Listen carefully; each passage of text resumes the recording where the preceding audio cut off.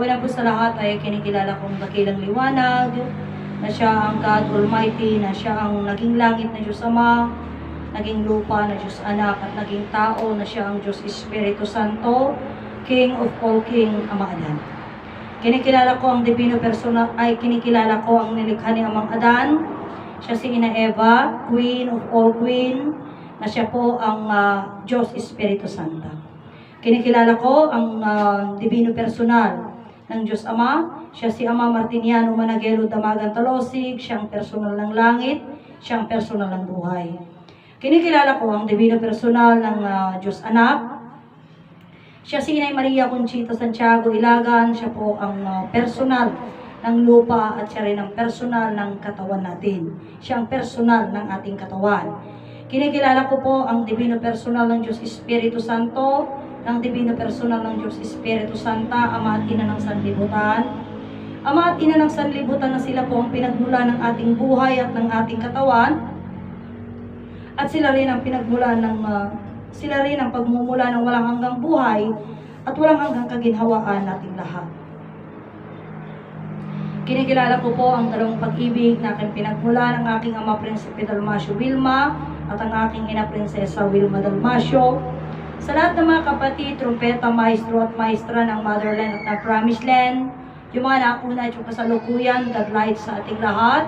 At sa lahat po ng mga nanonood sa aming pong YouTube channel at sa aming pong Facebook Live, God light sa ating lahat. At ako ang inyong kapatid, Prinsesa Alma, na narito sa Motherland sa Jerusalem, Barangay San Manuel, Nagilian Isabela. Dito po kami sa Cagayan Valley, Region 2, Philippines. Diyos sa God light at isang napakagandang araw po sa ating lahat. At minsan pa ating i-celebrate ang piyesta po, ang piyesta po ng Diyos Ama, na tayo po mga kapatid ko ating pong pag-usapan, no, ang kwento po ng Diyos. Alam nyo mga kapatid ko, yung sorry po na wala kaming live, ay maraming nag-live kahapon, ano, so yung sabi nga nila, ito yung sinasabi ko po sa inyo na sometimes or sa future, may gagawin, may hinaharap yung iba, mayroon latang nag-uumong. At dito, kaya nga sabi ko, nagkakaroon pa rin tayo ng training. But then yesterday po kasi, mayroon kaming pinuntahan, which is na, kaya nga sabi ko kay Prinsesa Sibirina, dito mo mapapansinan na talagang huling-huli na sila. Imagine mo ang katuruan, imagine mo yung, ano ba tawag dito? Sabi nila, kasaysayan daw ng, kasaysayan ng sarili, kung ano yung sarili, mga kapatid ko. So, ibig sabihin nito, mga kapatid ko, kung ano yung sarili, yun yung sinasabi nila, mahal na sarili. But then, mayroon namang nagsalita, mga kapatid ko, na 4 daw, no? Yung isip, yun yung napakagaling, yung mata, ay yung kamay, sabi nila yun yung manggagawa ng katawan, yung tiyan, yun yung kumukuha lahat ng mga bagay na yung ano ba tawag dito, yung grasya na yung bang pinagtatrabahuan ng kamay. Hindi korupsyon da dyan, isula makinkinabang. And then, ang pinakamatindi dito, sabi niya yung anos. Nabsat, yung anos. Sabi nung isa na nagsalita yung anos daw, porque siya daw kasi ay hindi mabango nga daw siya at napakaitim pa daw niya, ay iniitse puwera daw siya ng isip, ng kamay, at saka nung tiyan. Pinaka-best daw is ganon. So, sabi niya, di sige, kung ayaw niyo ako, sabi daw nung anos, mga kapatid ko. Nung ilang araw, sabi niya na hindi gumalaw yung anos ni problema. Okay.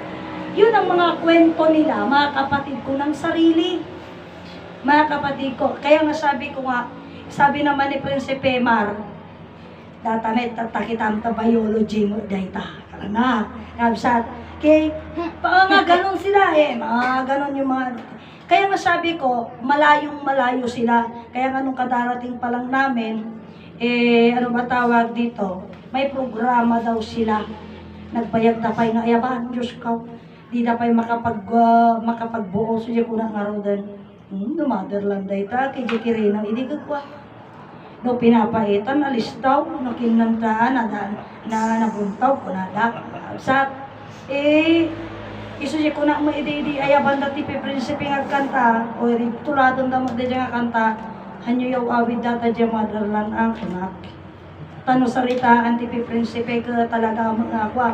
Kaya nga ngayon, mga kapatid ko, at may sa kapsa mi nga ibaga na nga kantura at tulatan, ikaslahan sa mo masapulan. Ta, oray idi ko, idi ka idi nagkanta nga pre-prinsesa ka, aja kantura da ka, wang magkanagmaya magkantada. O de, iso di ko nangarot kitatan nga, ito'y ngamin sursuro may sa Diyos langit nagaadan, ni Ama Martiniano kunana, iti maysa, iti tunggal maysa nga anak ni Ama Adan ken ina Eva, isuna ket agbalin nga maestro, padi, doktor ken abogado. O, abogado, doktor, maestro ken padi.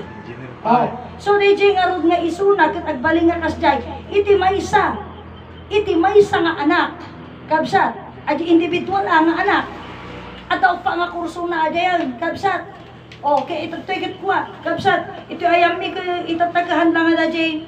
Hanlaan ka kabsat ko nga DJ ngay makuna nga abogado ka, doktor ka, maestro ka, padi ka hampay. Kabsat ko, yung nagsalita kahapon para lang daw sa pagkakaisa kasi salita sila ng salita ng pagkakaisa. Sabi niya papaanong yan salita ng pagkakaisa kuna na. And daming pagkain dyan na nakaatang dyan. Wala man lang yatang magsasabi na ako na lang narot ang tagahugas ng pinggan. Kuna na, kada di nagsalita di kalmang kuna na.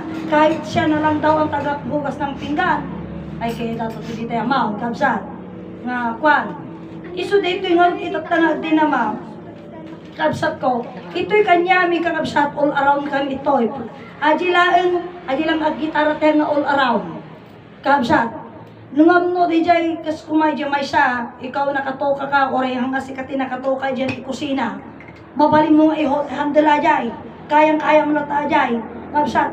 No kinanta mo tuloy sinunukanti umayak kantan kaya na lata. Kabsat. Isu di nga din iti tunggal may sa kanya may kaya na di jay pakyawan. Hanga may baga nga iso na lang namin ti tagaluto han na tagaluto kayang ko kaya. Ha? Iso na lang namin kanta kayang ko kaya. Haa nga kasjay kabsat kanyami. Kabsat. Ta kanyami all around day ta. Di ko na nga rin kayang-kaya na aming apakyawan. No pangkantahan ka, mabaling ka muna pang istoryaan.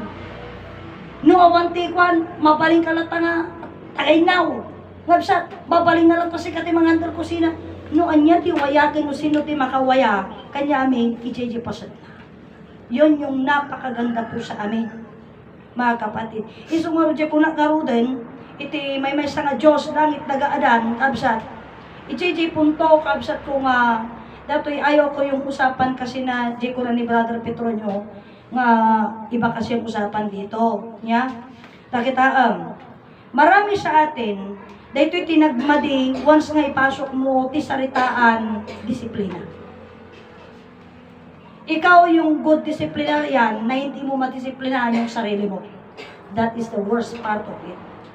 Magaling ka lang magsalita dun sa punto ng disiplina na hindi mo kayang disiplina yung sarili mo. Paano? Isuya ko na ngaro din, di ko na ni Prinsipe Petronio mayat sa amo na dyan nga saritaan dito'y. Ti umay dito'y agdengag. Noang ka nga umay agdengag, kuna na nung kagdengag, kung may ka dito'y, anya ti kaya mo nga sa ungar kung may ka lang nakipangan. Kuna na eh. O, di ka de. So, DJ, pasok na salita. O, pagkatapos, pag ikaw maingay ka, salita ka ng salita, lumayas ka dito, umalis ka dito. Kasi ang pumunta lang dito, makinig. Yung makinig, hindi salita ng salita. Kailangan umalis ka dito. Kung umalis ka naman sa umungan, kung wala ka sa umungan, ano ka? Nakikain ka lang. O, tamo, di, ang hirap na usapan na no. O, ngamda dyan nagsarita tikas dyan. Iso mo nag-play side. O, kita? Adi nagsarita tikas da iso mo tinapan na meeting, nakipag-pleasing man. Makit kita pwede sa mali nga tao. Samantalang iso na tinang doktor, agili na salita. Iso na aming tinagsarita tikas dyan. Kaya mahirap yung ganyan. Kaya nga sabi ko nga sa inyo, pag nagsalita ka ng disiplina, no? Kinundem mo yung kapatid mo, pagkatapos, darating pala tayo mamaya, ikaw naman na pala yung maingay daw. Ikaw naman pala yung lalabas na pumunta lang nakikain. O, di ang hirap. Iso nga dito isursuro. Kana yun may nga ipagbagahan na di puntungan mi kaya di disiplina. Kaya lang mahirap kasi yung usapan na awan disiplina. Mahirap yun. Kung sabihin mo, awan disiplina, ikaw na nagsabi awan disiplina, may disiplina ka kaya? Yun yung napakabigat. Kaya lagi kong sinasabi, noon pa sinasabi ko na, haan ko kaya isaritaan nga di kasjay disiplina. Kasi once na ikaw nagsalita ka ng disiplina, kasi disiplina, ikaw na nagsasalita, mukhang ikaw yung disiplinado. Ikasanong to di aramet, huwag mo ara. Yun yung mahirap, mga kapatid ko. Isu nga nakapimpintas, ijipasat kanya tayo, tatiayan tayo, jay surusuro. O kita, podno jay saritan ni Ama, di adal nga awan sursuro na. Di adal nga awan sursuro na. O imagine mo. Isu ijay pasat na. Kapsa, apay nga jay banag na. Kat mo alahan ta, sujigot ajay sarita kita iti sarita da. Iti sarita da, yapan mo, bagong Pilipinas. Bakit? Ano na ba? O yapan mo lang, di may isang saritaan dan. Iti may isang saritaan na tatalakay mo, dataging gapay lang di kirino, idi. Ngati kunada, nasaan na yung mga nauna? Isa na, nasaan na? Yung iba talagang, talagang wala na sila. Physically, talagang wala na sila. Wala na sila, no? Sino na lang naiwan ngayon? Tayo na mga bunga, kanila. Pero, kung yung dating daan tinahak nila, anong daan yon? Biblia. Ngayon, yung bunga, yun na naman ang tatahakin. Saan papunta? Idi yun din. Ganon din Kabsat. Ganon at ganon din. Ang hindi nila maintindihan ganito. Ang relihiyon, gumagamit sila ng libro Biblia. Ngayon, ang mga taong kung sabihin nating matalino, kumalas sa relihiyon, anong pinatayo nila? Spiritual daw. Spiritual. Ngayon, naghiwalay na yung, kasi kumalas na sila sa religion napunta na sila sa spiritual. Libro din ang ginagawa. Ang spiritual, mga kapatid ko, sinasabi nila na better, ay sinasabi kasi nila na mga pagano daw.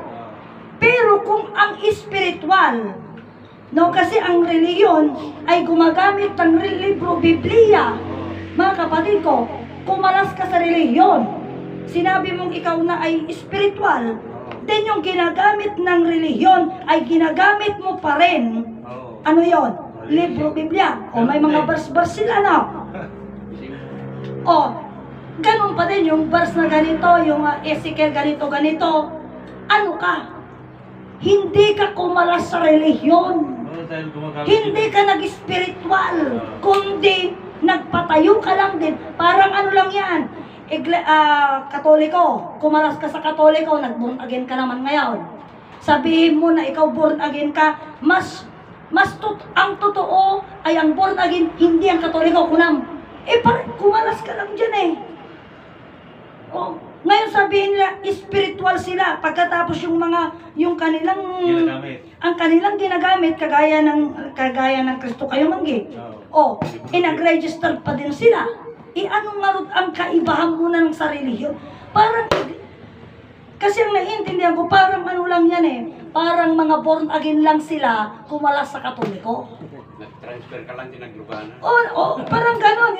Ganon lang yun Parang ganon nga. Parang ordinary nag-aircon ka lang. Nagsarili lang. Ganun yun. Ang totoo, mga kapatid ko, na kumalas sa relihiyon tayo. Hindi yung spiritual. Mga kapatid ko. Kasi, kaya tingnan mo, kaya nga doon sa mga resalista noon, doon sa, sa Manaring, Manaring. Bagadan nga ang Katoliko daw, ganito. Kumalas sila. Ano na sila? Resalista na sila. Ngayon ang patutuon nila kay Dr. Jose Rizal sa Biblia din. Ano yun? Nag-aircon sila o nag-ordinary? Naglugan na ng ban siguro. Di ba? Imagine mo, sinabi nila na hindi si Kristo ang tunay na Diyos. At ang tunay daw na Diyos, ito nang si Rizal, kaya sila Rizalista. Ang problema nito, mga kapatid ko, Ang problema nito, yung patunay nila kay Dr. Jose Rizal na tunay siyang Diyos. Actually, sinasabi nila si Dr. Jose Rizal daw ang ama ni Kristo.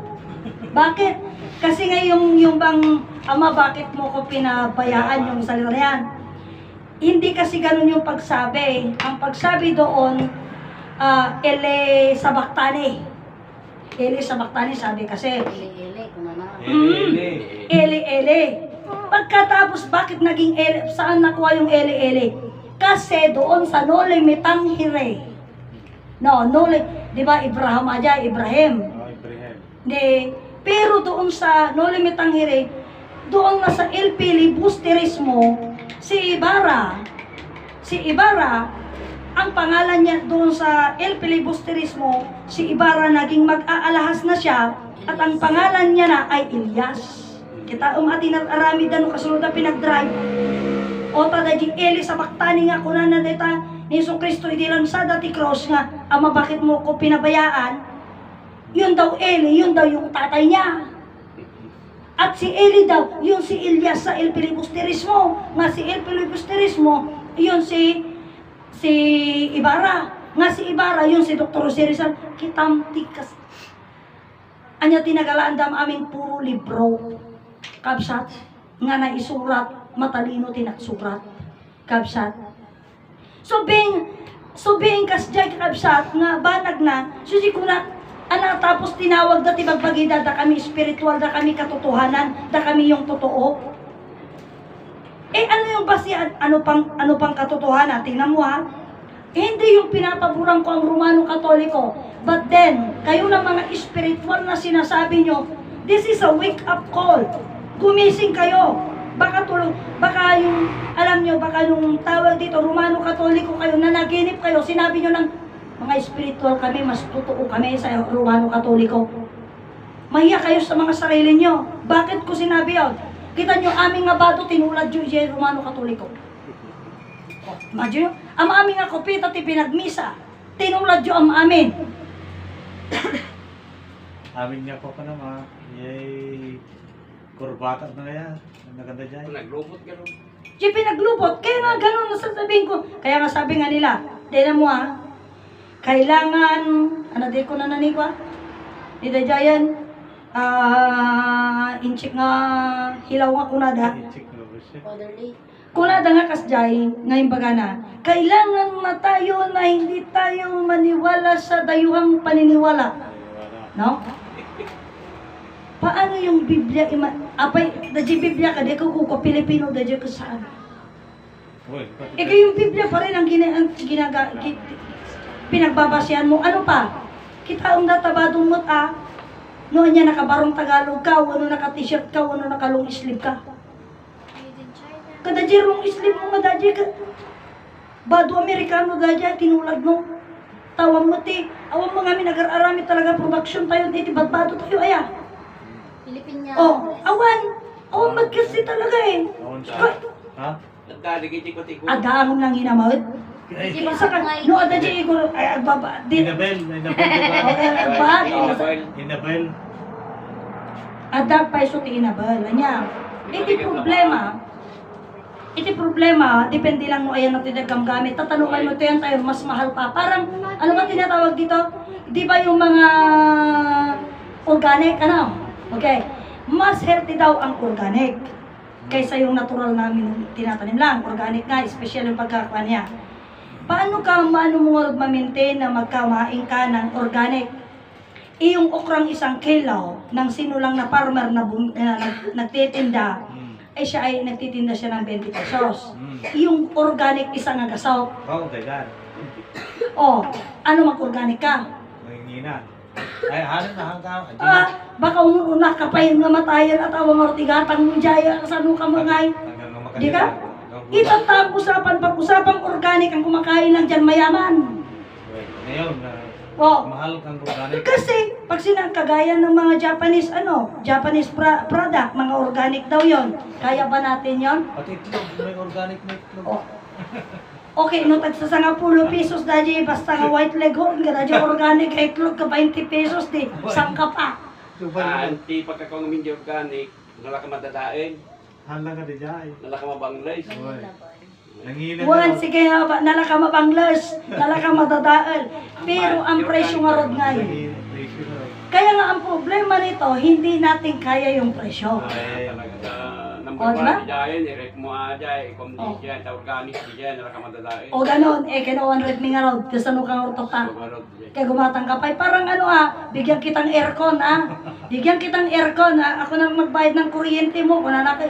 Kasano nga rod, kaya kinuputas-putas mo yung balay mo, kasano ka rod nag-aircon? Alaman? Subsub na tira kung di pala nito. Ganon yung bagay, parang ganyan ang nangyayari. Kaya nga isip ko na kanyayo. Organic kami. Hindi ka doon magkita. Preserve eh. Yung naligat madadain.